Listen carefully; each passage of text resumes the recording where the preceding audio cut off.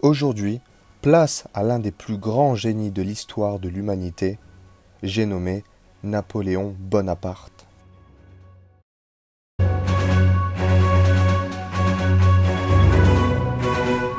Né à Ajaccio en 1769, le jeune Bonaparte arrive en France en 1778 et intègre l'année suivante l'école militaire de Brienne pour terminer sa formation à la prestigieuse École militaire supérieure de Paris.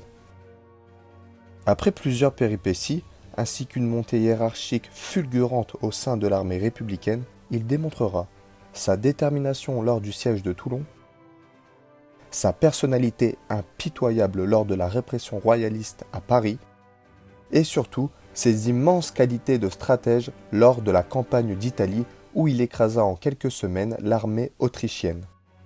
Dès son retour à Paris, à la suite d'une campagne égyptienne en demi-teinte, grâce à son génie militaire et politique, ses nombreuses victoires, son charisme, sa crédibilité, ses puissants soutiens comme Emmanuel Joseph Sieyès, ainsi que son rôle de sauveur de la nation française, il prit le pouvoir le 9 novembre 1799 et devint premier consul à l'âge de 30 ans, consul à vie à 32 ans, puis sacré empereur des Français à l'âge de 35 ans à Notre-Dame de Paris le 2 décembre 1804.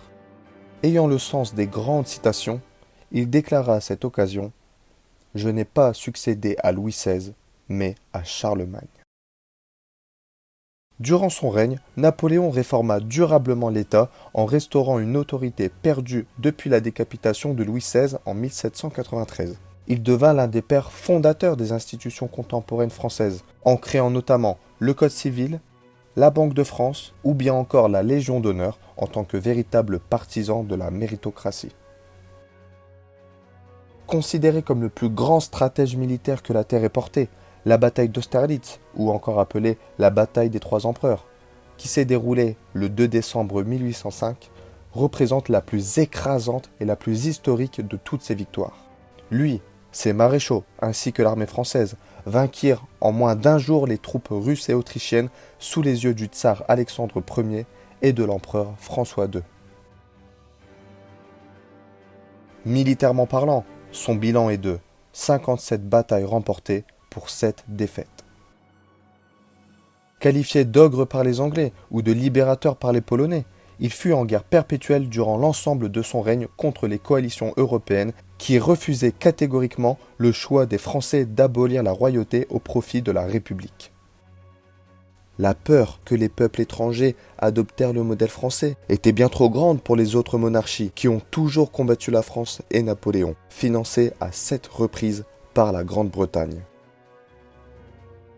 De ce fait, Napoléon tenta d'unir l'Europe entière sous la bannière française, en agrandissant considérablement son empire. Ce dernier, à son apogée en 1811, s'étala sur plus de 2 millions de kilomètres carrés en comprenant les États vassaux, compta 135 départements et avait comme alliés les principales puissances européennes. Cependant, après certaines erreurs sur le plan géopolitique, notamment un blocus continental imposé par l'empereur qui ne fut pas respecté par le Portugal, une terrible campagne de Russie qui fit 500 000 morts dans la Grande Armée, ainsi qu'une 6e coalition plus forte et plus féroce que dans le passé, l'Empire français déclina considérablement et l'empereur abdiqua à Fontainebleau en 1814. Envoyé sur l'île d'Elbe, il s'y échappera et reprendra tout de même le pouvoir en 1815 durant les 100 jours. Mais lui et l'armée française seront vaincus à Waterloo en Belgique par les Anglais et les Néerlandais du duc de Wellington, soutenus par les Prussiens de von Blücher. Emprisonné par les Anglais à Sainte-Hélène, il meurt en 1821 d'un ulcère à l'estomac. Il avait 51 ans. Après 19 ans sous terre, sous l'appellation « Retour des cendres », le corps de l'empereur sera rapatrié en France en 1840 sous la demande du roi Louis-Philippe et son corps fut inhumé aux Invalides dans ce magnifique tombeau. Ainsi, comme il le stipula dans son testament écrit le 16 avril 1821, Je désire que mes cendres reposent sur les bords de la Seine, au milieu de ce peuple français que j'ai tant aimé. Pour conclure, nous pouvons affirmer qu'il est le personnage historique le plus influent de l'histoire de l'humanité avec Gengis Khan, Christophe Colomb, Carl von Linné, le prophète Mahomet et Jésus-Christ. Parti de rien, ce franco-corse parlant à peine français devint l'homme le plus puissant de son époque et permit à la France de rayonner et d'être prééminente comme elle ne l'a jamais été dans son histoire. Digne successeur d'Alexandre le Grand et Jules César, admiré et détesté, sauveur de la France pour certains et despote pour d'autres, Napoléon Bonaparte marqua profondément l'histoire, malgré un destin plus que tragique.